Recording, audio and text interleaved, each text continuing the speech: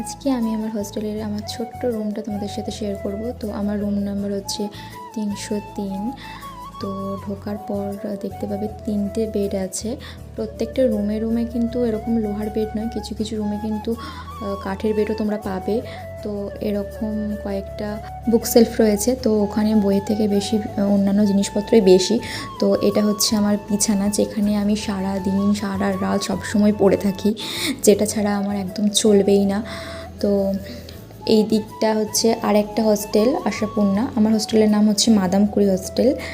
তো তার পাশে আরও একটা জানালা আছে, এই জানালাটা আমার ভীষণ পছন্দের। আমার রুমে আমার বেডের কাছে কিন্তু মোট 4টে জানালা আছে আমার বেডটাকে পুরো ঘিরে। তো এই জানালাতে অসংখ্য স্মৃতি, অসংখ্য ভালো খারাপ মুহূর্ত মিশে আছে। তো দেখো, আমি যেদিন এসেছিলাম 6/12/2022 এই ডেটটা আমি লিখে রেখেছি।